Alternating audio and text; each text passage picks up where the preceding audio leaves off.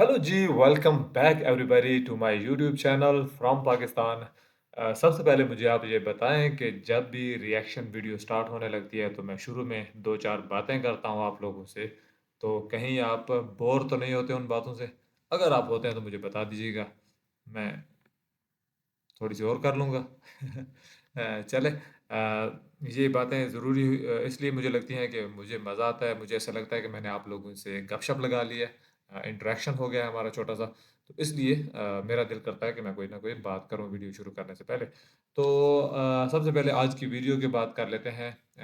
जैसा कि हमारी ज़्यादातर वीडियोज़ ट्रैवल प्लेसेस, लोगों के बारे में होती हैं या डेवलपमेंट प्रोजेक्ट्स के रिलेटेड होती हैं।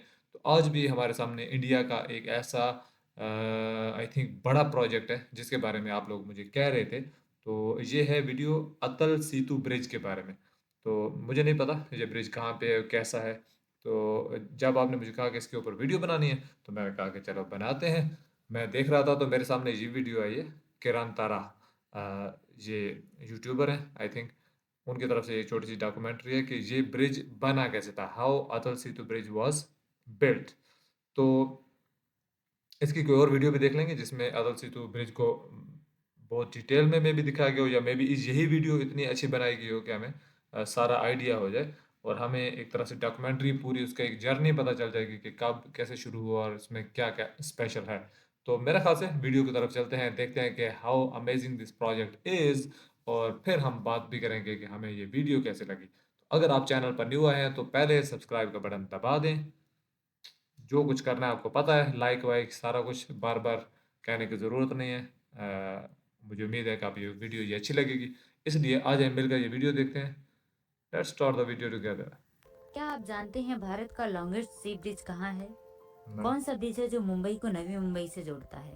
अच्छा, जी मुंबई हाँ, और नवी हम मुंबई। बात कर रहे हैं अटल सेतु मुंबई की, जिसे हम्म। Officially Mumbai trans harbour link या अटल बिहारी वाजपेयी सेवी नावा सेवा अटल सेतु कहा जाता है। अच्छा अच्छा अच्छा। यह 6 लेन का एक्सप्रेसवे सिर्फ एक ब्रिज नहीं बल्कि मॉडर्न इंजीनियरिंग का अजूबा है। ठीक है। 27 मीटर चौड़ा, 21.8 किलोमीटर लंबा, 2 इमरजेंसी एग्जिट लेन, मजबूत क्रैश हम्म बैरियर्स और नॉइज बैरियर के साथ ये ब्रिज मुंबई को नवी मुंबई से जोड़ता है। हम्म। 17,843 करोड़ की लागत से बना ये प्रोजेक्ट रोजाना 70,000 से ज्यादा व्हीकल्स का भार झेलने की क्षमता रखता है। क्या बात है। इसकी शुरुआत साउथ मुंबई के सेवरी से होती है। थाने क्रीक को पार करते हुए ये ब्रिज शिरले नावा सेवा तक पहुंचता है। यहाँ से डायरेक्टली मुंबई पुणे एक्सप्रेसवे और कोस्टल रोड से कनेक्ट होता है। ठीक है। इस मेगा प्रोजेक्ट का टोटल लेंथ 21.8 किलोमीटर है, जिसमें से बहुत बड़ा प्रोजेक्ट। 16.4 किलोमीटर का हिस्सा समंदर में और बाकी का 5.4 किलोमीटर जमीन के ऊपर है। बहुत इस बड़ा ब्रिज को प्रोजेक्ट है। 3 मेजर सेक्शंस में बनाया गया और कंस्ट्रक्शन के लिए 1,65,000 टन रीइंफोर्समेंट स्टील का यूज हुआ। क्या छियानवे हजार बात। दो सौ पचास टन स्ट्रक्चरल स्टील का यूज हुआ और लगभग 8.3 लाख क्यूबिक मीटर कंक्रीट का यूज हुआ। इस ऐतिहासिक प्रोजेक्ट का काम अप्रैल 2018 में शुरू हुआ और इसे प्रधानमंत्री नरेंद्र मोदी ने 12 जनवरी 2024 को इनॉग्रेट किया। अटल से तो विकसित भारत की तस्वीर है। विकसित भारत कैसा होने वाला है उसकी एक झलक है। बहुत बड़ा प्रोजेक्ट है, इतना लंबा ब्रिज, कमाल है। हाँ। अटल सेतु भारत की उस आकांक्षा का उदयघोष है जिसका आह्वान साल 2014 में पूरे देश ने किया था। अटल सेतु का मतलब क्या है, ये मुझे कमेंट में आपने बताना। तो चलिए जानते हैं कैसे बना ये भारत का सबसे लंबा समुद्री पुल और क्यों है ये मुंबई की नई पहचान। 1960 के समय में पहली बार इस ब्रिज का आइडिया दिया गया था। उस अच्छा। वक्त इसे उड़न ब्रिज प्रोजेक्ट कहा गया, लेकिन 50 साल से ये आइडिया सिर्फ फाइलों में ही पड़ा रहा। हम्म। 2015 में सेंट्रल और स्टेट गवर्नमेंट ने इस प्रोजेक्ट को ग्रीन सिग्नल दिया, जिसके बाद 24 दिसंबर 2016 को प्रधानमंत्री नरेंद्र मोदी ने फाउंडेशन स्टोन रखा। इस हम्म। मेगा प्रोजेक्ट की जिम्मेदारी MMRDA यानी Mumbai metropolitan region development authority को दी गई। फाइनेंशियल सपोर्ट के लिए JICA यानी जापान इंटरनेशनल कॉपरेशन एजेंसी ने लगभग 80% लोन दिया। MMRDA अच्छा। ने प्रोजेक्ट को 4 पैकेजेस में डिवाइड किया और अलग अलग कंपनीज को कॉन्ट्रैक्ट दिया। Package 1 main C section L&T IHI infrastructure Japan को दिया गया। Package 2C section Daegu E&C South Korea Tata projects JV को दिया गया। पैकेज 3 लैंड अप्रोच L&T को दिया गया and package 4 interchanges and extra work Strabag Austria को दिया गया। 24 अप्रैल 2018 से इस ब्रिज का एक्चुअल कंस्ट्रक्शन स्टार्ट हुआ। कंस्ट्रक्शन स्टार्ट करने से पहले सॉयल टेस्टिंग और मरीन सर्वे किया गया, जिसमें पाया गया कि थाने क्रीक के नीचे की मिट्टी बहुत सॉफ्ट है और लहरें भी बहुत स्ट्रांग हैं। प्रॉब्लम ये था कि इतनी सॉफ्ट मिट्टी में फाउंडेशन को स्टेबल कैसे बनाया जाए। इस प्रॉब्लम को सॉल्व करने के लिए इंजीनियर्स ने RCD यानी reverse circulation drilling piling techniques को यूज करने का डिसाइड किया। आसान शब्दों में समझें तो ये एक बड़ा ड्रिलिंग मशीन है जो समंदर के नीचे मिट्टी और पत्थर को निकाल कर एक साफ होल बनाता है, जिसमें पाइल को सेफली इंस्टॉल किया जाता है। हर पाइल एक बड़े सिलेंडर जैसा होता है जो समंदर के फ्लोर में घुसकर ब्रिज के लिए एक स्टेबल बेस बनाता है। कुछ पाइल्स 2 मीटर डायामीटर और कुछ पाइल्स 3 मीटर डायामीटर के बनाए गए। हर पाइल का वेट लगभग 65 टन था। नॉर्मल क्रेन इतना वेट नहीं उठा सकते, जिसके लिए इंजीनियर्स ने एक स्मार्ट तरीका निकाला, strand jacks. Strand jacks basically एक हैवी लिफ्टिंग सिस्टम है जो पाइल को धीरे धीरे इंच बाय इंच समंदर के अंदर उतारता है। जहाँ से बड़े जहाज गुजरते थे वहाँ पाइल्स का काम और टफ था। नॉर्मली ऐसे काम के लिए कॉफर डैम बनाते हैं, यानी एक टेम्पररी दीवार बनाते हैं जो पानी को रोकती है, लेकिन यहाँ वो पॉसिबल नहीं था। इसके बदले इंजीनियर्स ने एक प्री कास्ट सेल का यूज किया। उसे पानी के ऊपर रखा गया और फिर स्ट्रैंड जैक से धीरे धीरे नीचे उतारा गया। इससे समय भी बचा और इन्वायरमेंट पर भी कम इम्पैक्ट पड़ा। समंदर के बीच पाइल्स को सही जगह डालना इजी नहीं था। इसके लिए GPS बेस्ड पोजीशनिंग सिस्टम और कंप्यूटर कंट्रोल्ड मशीन्स यूज किए गए, जिससे हर पाइल्स बिल्कुल सही जगह पर मिलीमीटर्स तक की एक्यूरेसी के साथ इंस्टॉल किए गए। टोटल 1796 पाइल्स डाले गए। इसके बाद पाइल्स को जोड़ने का काम शुरू हुआ। ऊपर पाइल कैप्स रखे गए।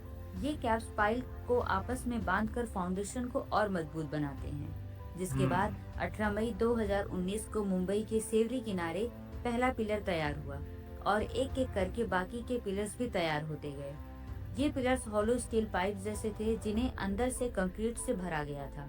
इस पूरी प्रोसेस में कई चैलेंजेस आए, जैसे समंदर के बीच हैवी मशीनरी को ले जाना, जिसके लिए फ्लोटिंग प्लेटफॉर्म और बार्जेस यूज किए गए। 2019 तक पिलर्स का काम पूरा हुआ और इसी साल प्रोजेक्ट का अलाइनमेंट सेवरी से चिरले तक क्लियरली दिखने लगा। पिलर्स कंप्लीट होने के बाद अब चैलेंज आया ब्रिज के स्पैन्स का, क्योंकि कुछ जगह स्पैन्स 90 से 180 मीटर के थे। इतनी बड़ी डिस्टेंस कंक्रीट गिर्डर से कवर करना मुश्किल था, जिसके लिए इंजीनियर्स ने ऑर्थोट्रॉपिक स्टील डेक्स यानी OSD टेक्नोलॉजी का यूज किया। भारत में इस टेक्नोलॉजी का यूज पहली बार किया गया। टोटल 70 ऑर्थोट्रॉपिक डेक्स यूज किए गए, जिसके लिए लगभग 96,250 टन स्टील की जरूरत पड़ी। हर डेक का वेट लगभग 1000 टन था। जनवरी 2020 में पहला OSD फ्लोटिंग क्रेन्स के थ्रू इंस्टॉल किया गया। ये स्टील डेक्स 4.7 किलोमीटर के हिस्से को कवर करते हैं और बाकी के हिस्सों में 60 मीटर लंबे कंक्रीट स्पैन्स का यूज किया गया, जो लगभग 130 टन भारी थे। इसी बीच मार्च 2020 में कोविड पेंडेमिक आया। 10,000 वर्कर्स से घटकर केवल 2,000 वर्कर्स ही रह गए। सप्लाई चेन भी रुक गई, जिससे कंस्ट्रक्शन का काम भी स्लो हो गया। इस प्रॉब्लम को सॉल्व करने के लिए इंजीनियर्स ने स्मार्ट स्ट्रेटजी अपनाई। प्री कास्टिंग यार्ड में सेगमेंट्स का प्रोडक्शन जारी रखा गया, ताकि सिचुएशन नॉर्मल होते ही काम तेजी से किया जा सके। कंस्ट्रक्शन को छोटे छोटे टीम्स में डिवाइड किया गया और स्ट्रिक्ट सेफ्टी प्रोटोकॉल्स फॉलो किए गए। इससे प्रोजेक्ट पूरी तरह से बंद नहीं हुआ। धीरे धीरे हजारों की संख्या में बनाए गए प्री कास्ट सेगमेंट्स को शिप्स में लोड करके समंदर में लाया गया। इंजीनियर्स ने बैलेंस्ड कैंटिलीवर मेथड का इस्तेमाल करते हुए स्टील और कंक्रीट डेक्स को इंस्टॉल किया। ध्यान देने वाली बात यह है कि इस ब्रिज का सिर्फ 3% स्ट्रक्चर ऑन साइट बनाया गया, जिसमें फाउंडेशंस बनाना और सीमेंट को मेटल गिल्डर्स पर डालना शामिल था। बाकी का पूरा काम प्री फैब्रिकेशन मेथड से हुआ, मतलब ब्रिज के ज्यादातर पार्ट्स पहले अलग अलग जगहों पर बनाए गए और फिर साइट पर लाकर इंस्टॉल किए गए। इस पूरे कंस्ट्रक्शन प्रोसेस में इंजीनियर्स के लिए सबसे बड़ा काम था प्रिसीजन, क्योंकि एक भी सेगमेंट गलत प्लेस होता तो पूरा अलाइनमेंट शिफ्ट हो जाता। कोविड पेंडेमिक के बावजूद अगस्त 2021 तक प्रोजेक्ट 52% कंप्लीट हो गया।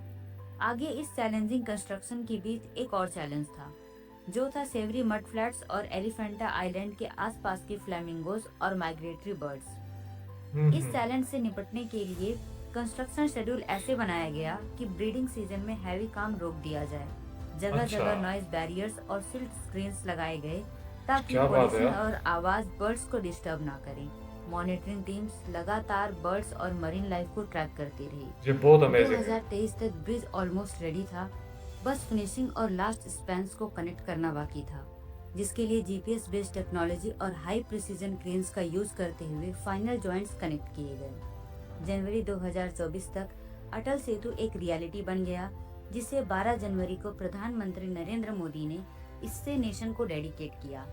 10 वर्षों में देश ने अपने सपनों को सच होते देखा है, अपने संकल्पों को सिद्धियों में बदलते हुए देखा है।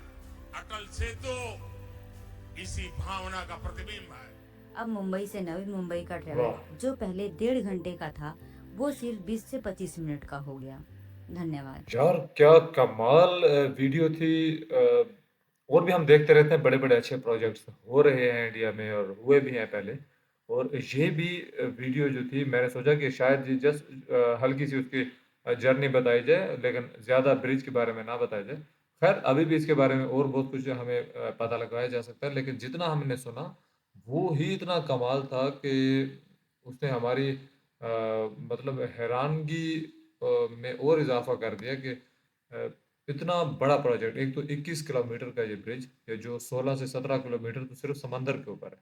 तो हमने आसपास हमारे इधर करीब भी एक दो ब्रिज बने हैं जो दरिया के ऊपर है। तो जब वो बन रहा होता है तो अच्छा खासा दुश्वारी का सामना होता है। हम इंजीनियर्स तो नहीं है, लेकिन जब बंदा उस चीज़ को देखता है या सोचे भी सही, तो पानी के बहाव को रोकना, कहीं से दरिया चौड़ा होता है, कहीं से नीचे मट्टी का मसला।